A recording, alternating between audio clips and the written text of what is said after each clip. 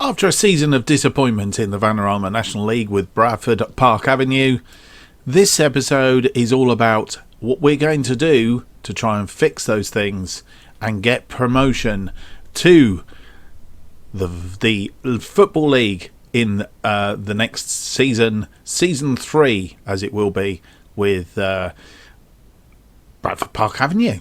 And the series is from the bottom up to the top, going as far as we can before FM21 comes out. Don't forget, if you enjoy this video, to like the video and also subscribe and click on the bell for future notifications of this and other series. No more to do, it's time to go through to the season review and transfer special.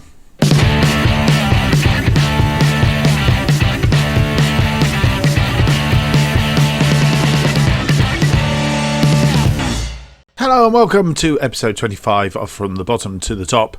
My name is Mark, and on today's episode we have the end of season review and the transfer special. And a few things have been happening, but before we start, let's have a look at how we were expected to do in this season just gone in the Vanarama National League, our first season in the Vanarama National League. At the start of the season, the pre-season review or preview, we were expected to finish 17th, and Northampton were expected to be promoted, with Yeovil as also second even favourites to go up. And and in the bottom, Harrogate, Hartlepool, Darlington and Wealdstone were the teams expected to go down. So in reality, what actually happened? Well, let's have a look. We can have a look at the bigger league table.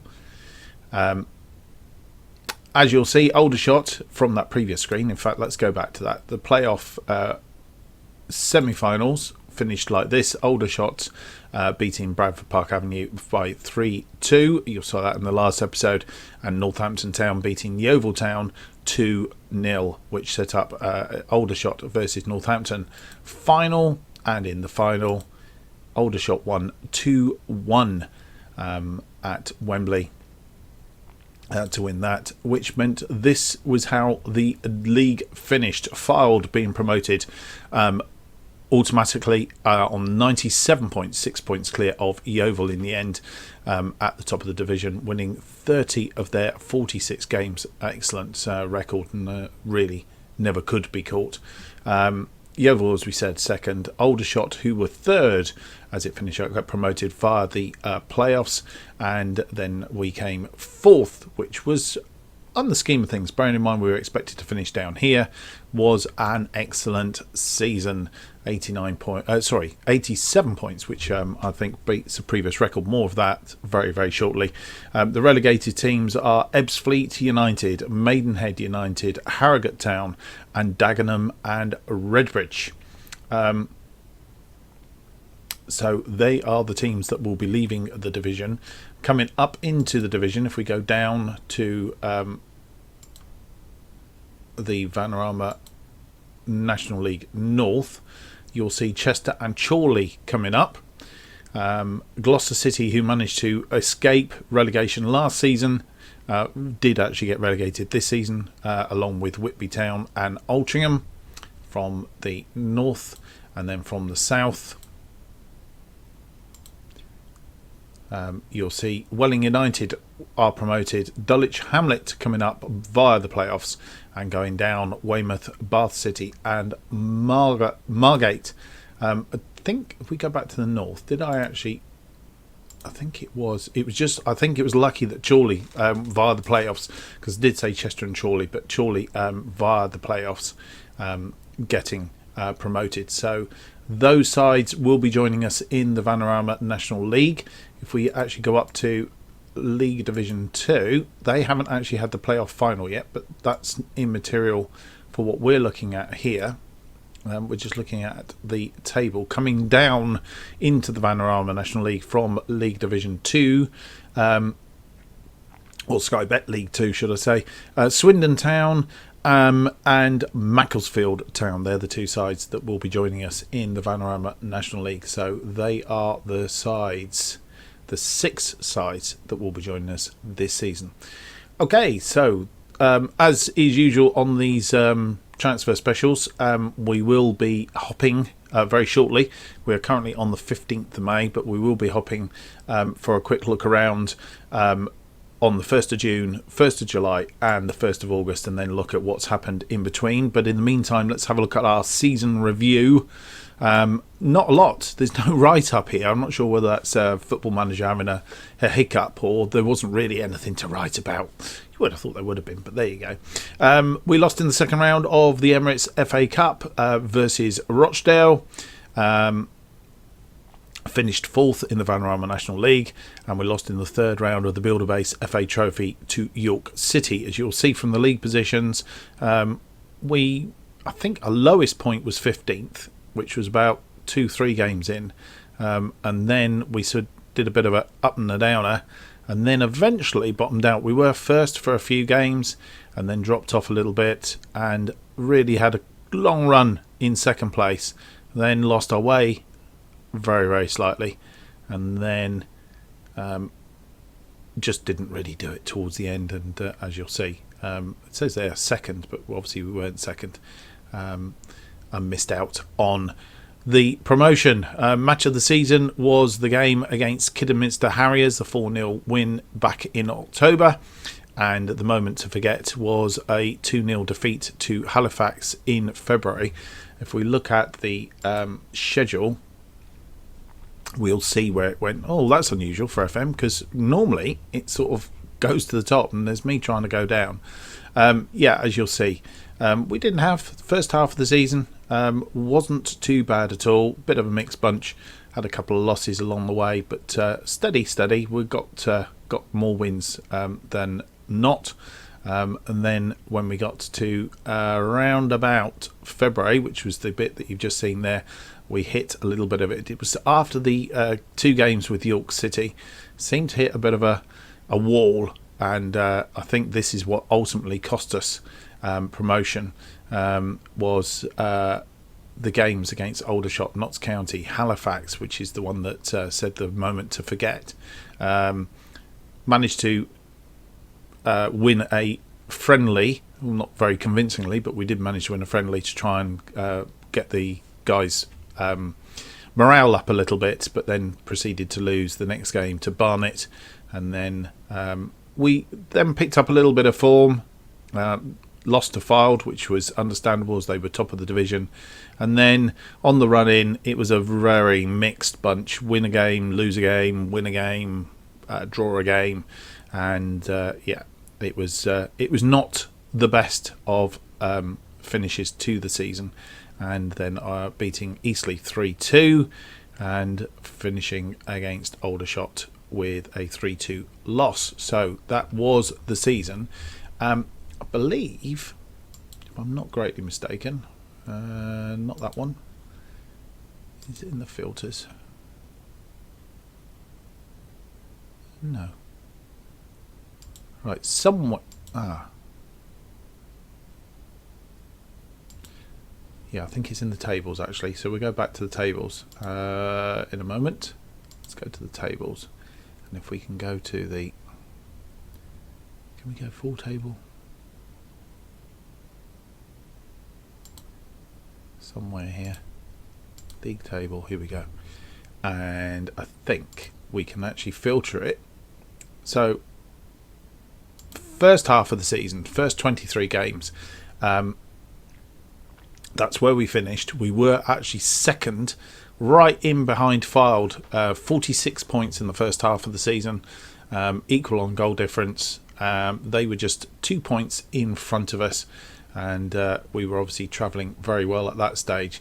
And then we had the second half of the season, and as you can see, we were 4th overall, and 4th for the second half of the season. Aldershot had a good second half of the season. They actually outrun Fylde as it turned out, but we were a little bit off the pace there compared to the first half, and I think that that February run definitely did us somewhat badly. And there we go. That's a better view of how the predictions were. So this was the media prediction at the start of the season, the expectations. This is how it finished. And as you'll see, we did really quite well in the end. Northampton, who were predicted to be first, actually finished fifth. So all in all, yeah, I think we can be quite proud of that, albeit it was extremely disappointing at the time, and felt that we should have probably got a bit more out of it. Anyway, that's the season. Just to go through the rest, the average attendance was 1,291, which was 32% full of capacity, and the total players used were 35. Right, what else has been happening while you've been gone? We have actually had a takeover. I'm not sure we had it on the last episode, but we have had a takeover, and the board have actually pushed quite a bit of money in. I think it was about £1 million actually, or might have been a bit more, but they've given us a transfer budget of 999,000 and a wage budget of 23,120, which is huge compared to the fact that I think our current wage budget was something around 7,500, so 7,800, and as you well know, constantly over that. So 23,000. And what I must do is to try and stay inside the 23,000. However, we do have quite a huge transfer budget, which means that if we are slightly over, we can actually tweak that to bring it inside the expectations. So that's where we are. Club vision and expectations for the season: play defensively solid football, make the most of set pieces, play high tempo football, and do not sign players over the age of 30 unless there's a real reason to. I don't think we need to. Work within the wage budget, and I think with that extra wage budget, I think that's a definite this season. Minimum of 2-year contracts for first team players. It's not obligatory, it's favoured. Sign players to sell for a profit. More of that in a while. National League avoid relegation battle. I think we can probably do that. And if we follow last season, then we should be well within the capabilities of that. We have actually asked, with the board coming in, with the takeover and the new board coming in, we have actually asked for training facilities to be improved, youth facilities to be improved, and the data analysis facilities to improve. They've all been agreed. They've all been improved, and we'll continue to look to do that as time wears on. And I think that's where we are. I have actually signed a new contract. It lets me go there. Has it just got stuck? No, we are getting there now. Yes, did this tell me contract info? Here we go. So I'm currently on £1,000 per week. I was on about 900, I think, so it's £100 a week pay rise. We have gone professional, and I am now full time. I have a 30% promotion wage rise and a 20% relegation wage drop, and they have asked for 80% if somebody poaches me, which this particular save, that's not going to happen, albeit through the last season I did have a number of requests to come for interview for jobs, which we didn't accept because that's not the purpose of the save. It's not a journeyman. So that's what somebody would have to stump up in order to bring me into their side while I'm under contract. And the contract now runs until June 2024, which we probably won't get that far unless we continue with the save. Right, so that's where we are with regards to that. Let's go back to this screen now. So squad dynamics. We have team leaders Nowalski, Priestley, Danahar, highly influential players Webb and Jackson, and the influential players of Nico Gordon, Luke Charman, Mason Goodrich and Max Ram. So we've had the end of season meeting, which didn't go particularly well. I said I think we could push on for next season, and I think they were more along the lines of, well, we're maybe not that good. But of course we've got transfers and stuff to bring in as well, so hopefully that can happen.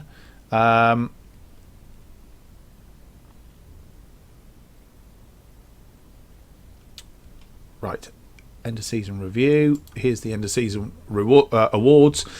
George Danahar winning Fans Player of the Year, 36%.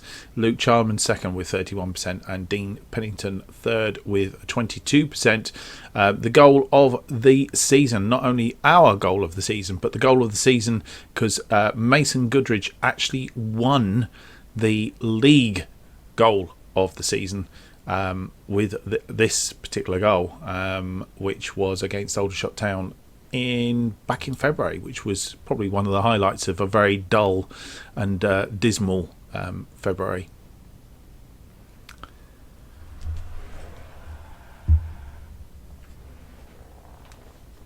As you'll see, Danahar back to Goodrich, and Goodrich just whacked it from 30 yards out. Fantastic goal, and as I say, not only wins our goal of the season, but also the league goal of the season. Signing of the season was Luke Charman. We brought him in from Newcastle United on a free, and he played 43 matches, scoring 21 goals and an average rating of 7.32.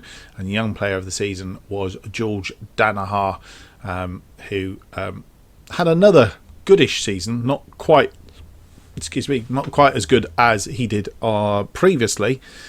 He did score 22 goals overall, 16 in the league this season, and an average rating of 7.2. So still a very, very good season, but probably not as good as previously.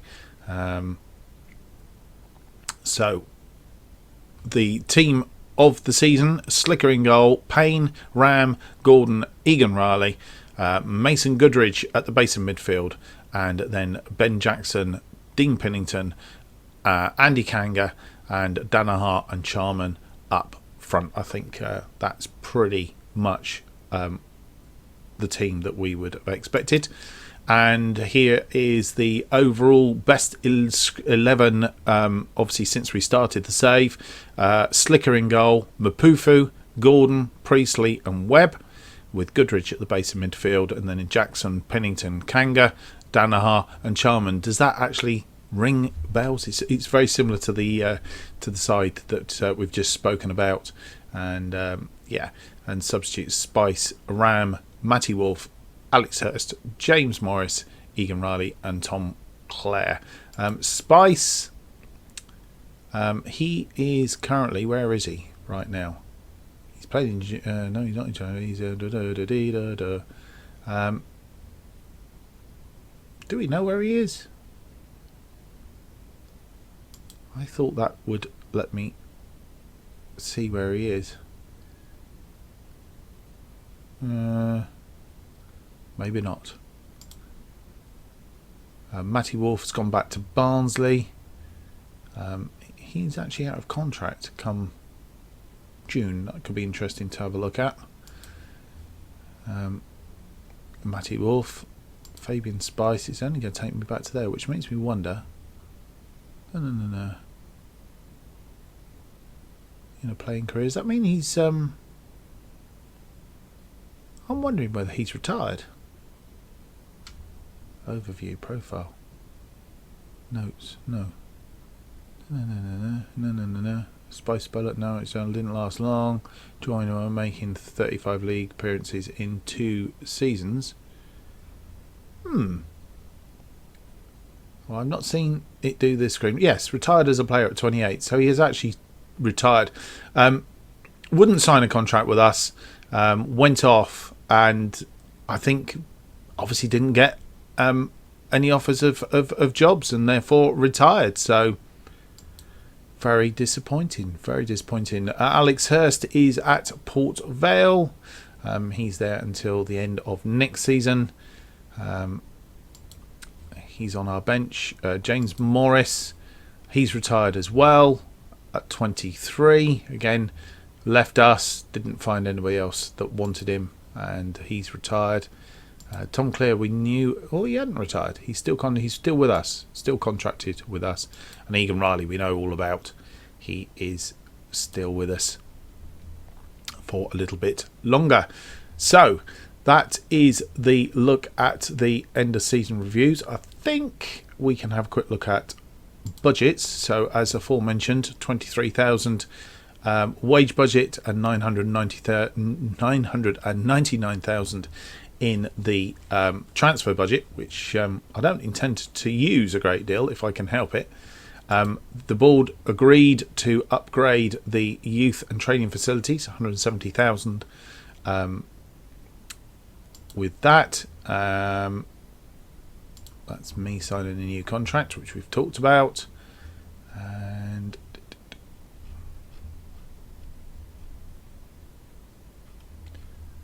I think for the moment, as that was go switch to transfers, just make sure we haven't had any transfers in, nothing out, which means that we will go through to our first jump in the time machine for this episode and jump ahead and see what's happening on the 1st of June.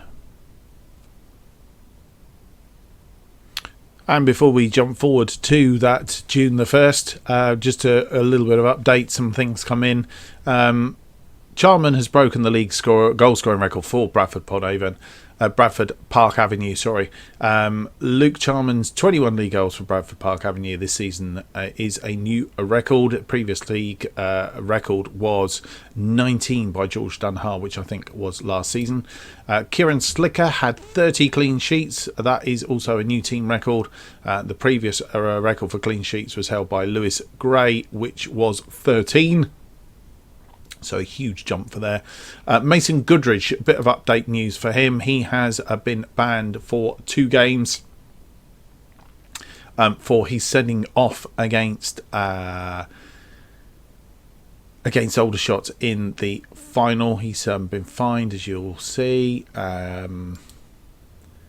we go. Ban will apply. However, has actually this is an additional too much ban, so he was banned for 3 games for the sending off in the semi-final or playoff semi-final. He's been actually added an additional 2 games, so he will be missing for the first 5 competitive games of the new season, which is a bit of a dampener, and we need to look to see if we can fill that hole. Been hit by a tax bill of 230,000. I'm sure we can afford it,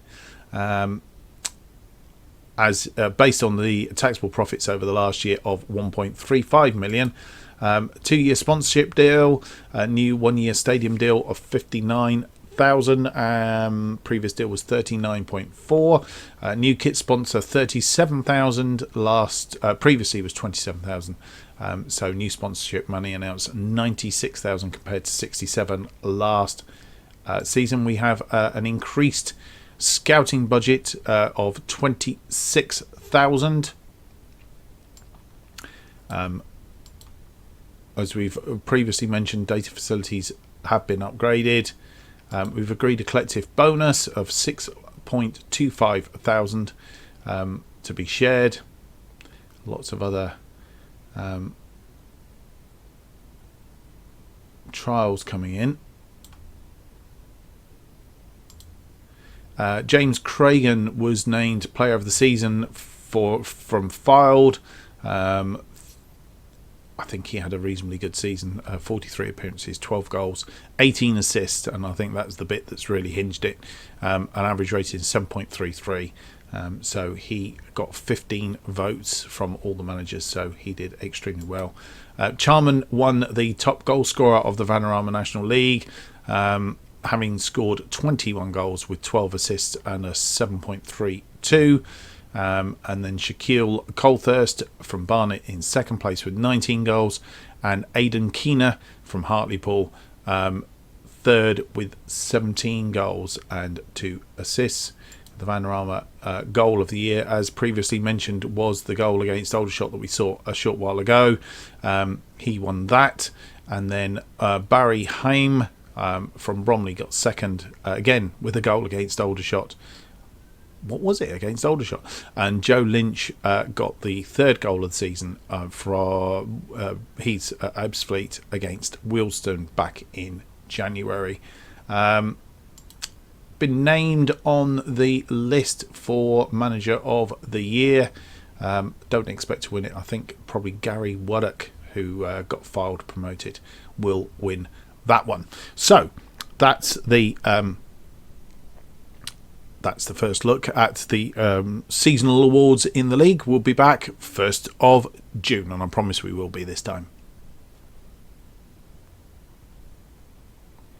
And as expected, Gary Waddock from Fylde has actually won the Vanarama National League Manager of the Year award. Gary Waddock, 46 matches. His win ratio was 65%, and he has won that. In second place, Richie Wellens with Aldershot, who got promoted via the playoffs, as we well know. Played 48 matches in the end with a win ratio of 56%, and I came third. Again, 48 matches with a win ratio of 56%. So I think Richie Wellens probably just squeezed that on the basis that he won promotion via the playoffs. So congratulations to all of those. Right, I think I had a quick look down through the news items. I don't think there is a great deal else in the news items to have a look at. Obviously been bringing lots of trialists in, etc, etc. Let's have a look at the transfer screen, because I think that's the next one that we need to have a look at. And as you will currently see, 1st of June, nothing. I think we do have a few in the pipe by the looks of it, mainly trials. So Carl Carter, he's actually due to join us. We have actually signed him, but he doesn't join us until the 3rd. And then we've had a few rejections. Also joining us on the 3rd. Let's do it by ins. Tom White will join us on the 3rd.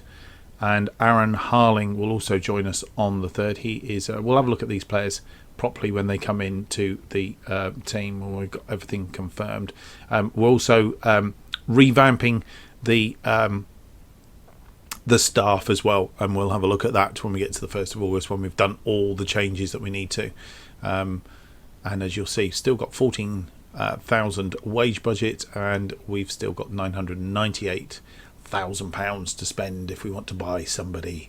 I'm not intending to spend it all at the moment. Maybe we'll see when we get to sort of start of the season. Might be a couple of positions that we can't get players in on freebies that we might just need to purchase, shall we say. So not a lot going on right at the moment. I think what we'll do is we will hop forward another month to the 1st of July. And here we are, 1st of July, and we have actually moved on our transfers incoming. So let's have a look. Jamie Lyons has left to go to Altrincham. Jamie Lyons was a striker. Didn't have a great deal of game time with us. And has, I think he was out of contract, and we actually elected to move him on. Yeah, as you can see, played 3 games for us with an average of 6.55. Didn't play anything for us last season, so we've moved him on. Incomings then, Tom White, as previously mentioned, a free transfer, coming in from Blackburn. He has signed on a... No. Let's try this again. He signed on a 2-year contract at £650 a week. His natural position is central midfield, can play in defensive midfield as well if required, and he can actually opt, if we're stuck because of injuries or whatever, can play on either side. Hopefully he will do the business for us in midfield. He's got a natural fitness of 16 and determination of 16, which is excellent, and actually his attributes stack up quite well. So hoping that he will do the business in midfield for us. A little bit older, but I think a little bit of age sometimes gives us a bit of experience. You can have too many youngsters, I think. Aaron Harling is another sort of central midfielder, can actually play in the forward position if we need him to. He's a bit more of a youngster. If we have a look, he is currently a 3-star ability with the potential to be 4-star ability, currently second behind Charlie Wellens in that attacking midfield position. Well down the pecking order when it comes to striker, and he's quite down the pecking order when it comes to central midfield. So he might find that his game time is a little bit limited, but either way, he could be a good option for us, especially if we want to. If he's coming off the bench and we want to crank it up a little bit and play attacking midfielder, then he possibly could be a good thing. Carl Carter, a second goalkeeper we brought in from Manchester City. Egan Riley, of course, coming in last season and has been a sort of ever-present in goal this season. Carl Carter coming in as a backup for him. Actually stacks up quite well. The two goalkeepers do actually compare with one another. So any time that Slicker moves off, then I think Carter will be a natural replacement for him. So he's looking fairly good, as I say, coming from Manchester City, where he has never played a game for them. So he'll be looking for some game time this season. Vincent Lightbourne, he's come in from Tottenham. Again, a youngster that was released. Managed to pick up a few of those this year. So Lightbourne coming in, 18-year-old Canadian.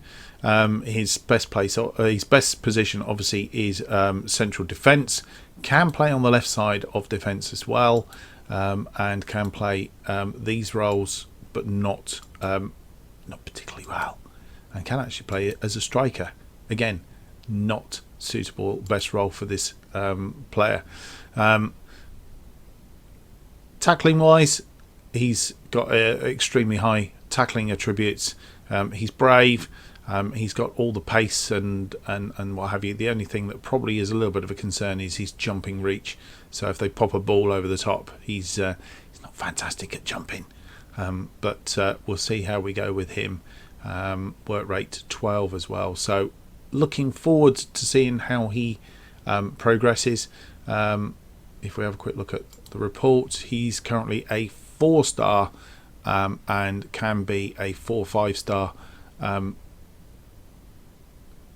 potential ability. So yeah, I think he could be, and then fits also with the new regime where they want us to bring on players and then sell them on, presumably for a profit, especially if we brought him in for free. He's currently valued at 73,000, but obviously that value can go up if he plays well. And then Lewis Richards, we've always floundered looking for a left-sided defender. We have found one who can also play in the central position if required. He is a 20-year-old Irish player, one under 21 cap, and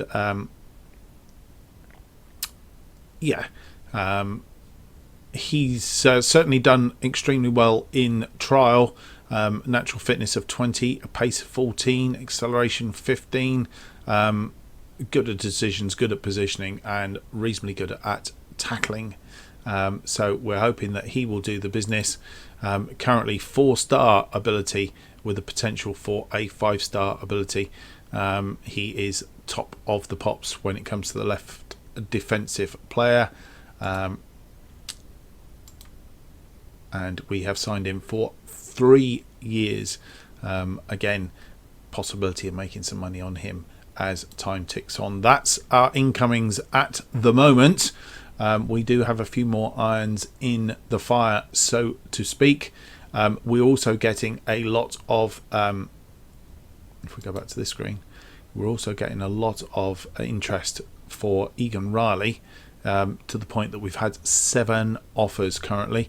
and also Clear and Slicker is getting offers now as well. So there is a danger that we might lose both of those, which will be a big hit. As you can see, Swansea, Bristol City, Cardiff, Millwall, Birmingham, Huddersfield and Blackburn have all submitted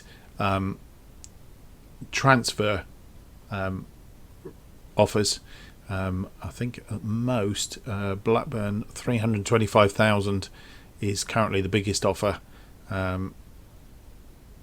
We have rejected most of them at the moment, but I think we've got to a point where 300,000 was the limit. So as it started to break through 300,000, we've had to sort of like, okay, let's have a look and see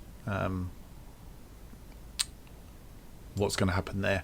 So it might be an update when we get to the 1st of August. What we have done with that, just so you are aware,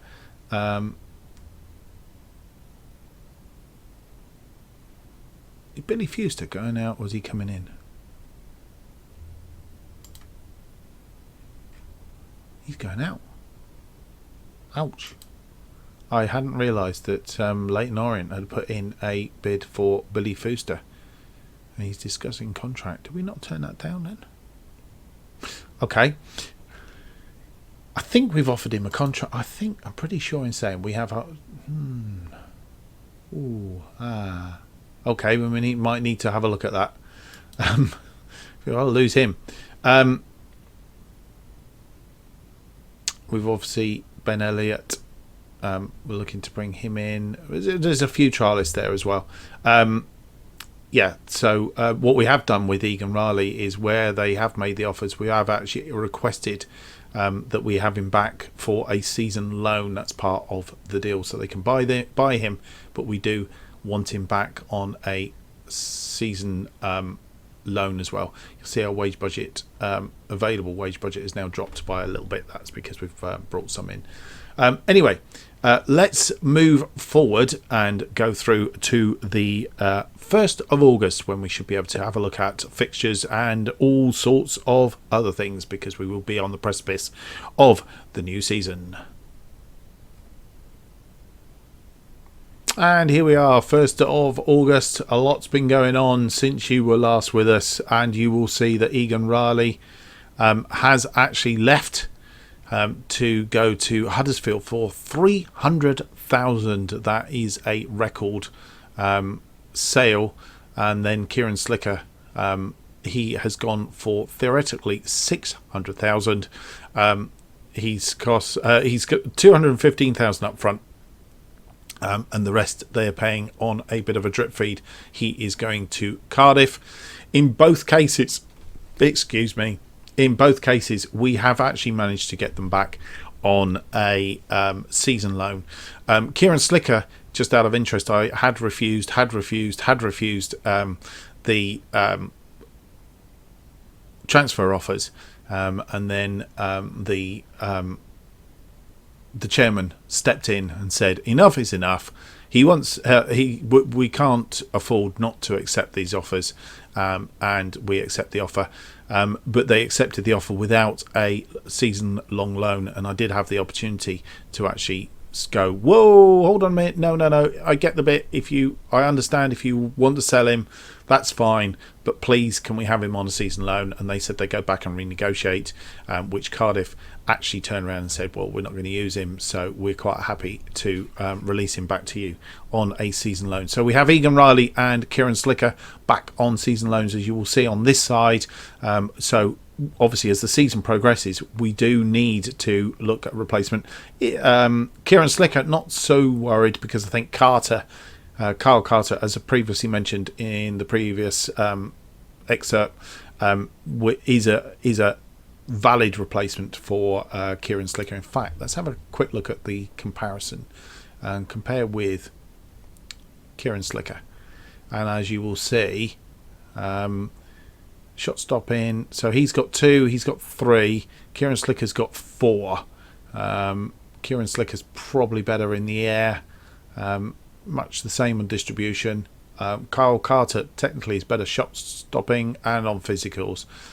He's not so fast, and his mental isn't so good, and his communication is better than slicker. So all in all, I think they're very comparable, and will be. He'll be an adequate replacement, and we'll keep looking as well at the same time. So, as aforementioned, Egan Riley back in then after we've sold him. We've also brought in Jordan Thomas. He was on trial with us. He is a right fullback, 21 years of age. He's with us for a couple of seasons. Hopefully, and as you'll see, he's got good acceleration, pace, natural fitness, reasonably good at tackling, determination, positioning, etc., etc. What am I looking for? Here we go. He's a 3.5 star current ability, 3.5 star potential ability, possibly a bit more. I think that's grayed out, so he could end up being a 4.5 star. Whereas currently he's sort of like bordering on sort of 4 stars, that sort of thing. So there is room for improvement there. He's second best behind Egan Riley. And again, if Egan Riley is going at the end of the season, then it's possible that he's an adequate replacement for Egan Riley in that right-sided of defence. Jonathan Harris. So the next are 3 loans. Jonathan Harris is currently at Crystal Palace, and he's been loaned to us on the right side of midfield. 18 years old, with us until the end of the season, and as you'll see, he has got quite good attributes. A technique is 12, crossing of 13, and from actually seeing him in action in a couple of the pre-seasons, he is quite good as well. So hopefully he'll be doing lots of assists as the season goes on. Joseph was plucked away from us. We'd made him an offer, but he was plucked away. But we did manage to bring him back on a season loan. He was plucked away from us by Southampton. Really didn't stand a chance, did we? Southampton in the Championship. So we brought him in from Wolves on trial, and then decided that we would take him. Made him an offer. He was very, very quiet for quite a long period of time, and then plucked by Southampton. But again, we've managed to bring him in on loan, thankfully. So he is a central defender, and look forward to seeing him play. And as we've already mentioned, Kieran Slicker back in for the season loan. So that is what we've been doing up till now. Financial wise, as you'll see, our current balance is 1,400. Profit loss so far this month, nil, because it was at the start of the month. A transfer budget, because we've had those sales and they've given us some more money into the pot. We are now up to 1.1 million available, and our wage budget 24,000 still, and I think we'll be in here, won't it? Yes, nearly £8,000 still to play with in the way. And as I said, we almost certainly will go over with this probably, but what we'll do is then squeeze a little bit off of here to cover the extra cost, because we can this season, which is absolutely fantastic. The other one that we were after, but he wants £16,000 a week, which is no way we're going to pay £16,000 a week. One, we haven't got it in the wage budget, and two, it's just absolutely crazy for this level of football. Is Nia Kirby. He's actually not got any interest at the moment, and he's just basically sitting it out. He won't talk to us. We've upset him for the moment. There you go. We've upset him. He's willing to consider joining the club, but feels that the club lacks financial muscle. He just wants some ridiculous fee, and we have offered him to come in and use it as a stepping stone, do us some good while he's with us, but nah, he's not interested at this point in time. Maybe he has a little bit of time on the sidelines. He may come around a little bit, so we'll keep an eye on him. We'll tap him every so often just to see whether we can bring him. We've obviously added him as a transfer target, and I presume every so often we will actually try and bring him in. So that's pretty much where it is. Let's have a look at the pre-season so far. So we beat Trafford 9-1, Annan Athletic 4-2, Norwich we lost 2-0, Bradford City we beat 2-1. That's the first time we've done it in 3 seasons. And Morpeth we won 3-0, which takes us through to the season. So the season will start with Chorley, who've just been promoted from the Vanarama North, and then that's followed by Northampton and Chester. So Chorley and Northampton on the next episode, and then our Christmas run, we will be playing Bromley and Northampton Christmas and around about New Year. And then we end the season with Dover Athletic and Barrow. Are our last 2 games. Our games against Swindon in March and again in September. So one other thing to do while we're here, let's just have a quick look at the season preview and see what the media are saying. The media are saying that we're going to finish 3rd this year, behind Yeovil and Swindon. We do have some players in the Media Dream 11. Jonathan Harris, he's out as a striker in this one, but Egan Riley on the right hand side, Slicker in goal, and Jordan Thomas on the left side. So we've got both fullbacks and a striker. 4 players in the Media Dream 11, which isn't too bad at all, I don't think. Have we got anybody else in there on the bench?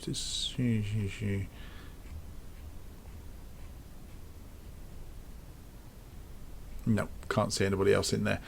So that's where we are. So the expectation is Yeovil are champions. Expected to be relegated are Halifax, Bromley, Dulwich and Welling United. We'll see how that goes. Our first game against Chorley are expected to finish 19th, as it turns out. So that's what we're looking at the moment. Our first game then in the new season will be against Chorley. Well, hope you've enjoyed that, and if you have, don't forget to click the likes, thumb up for the likes, subscribe to the channel to keep up to date with future episodes. New episodes of this current series are released every Monday, Wednesday and Friday, currently at 4:15, and don't forget to follow me on Twitter for all updates on this channel and more. Thanks for watching. We'll see you in the next episode 26, which should be out next Wednesday. For now, it's goodbye.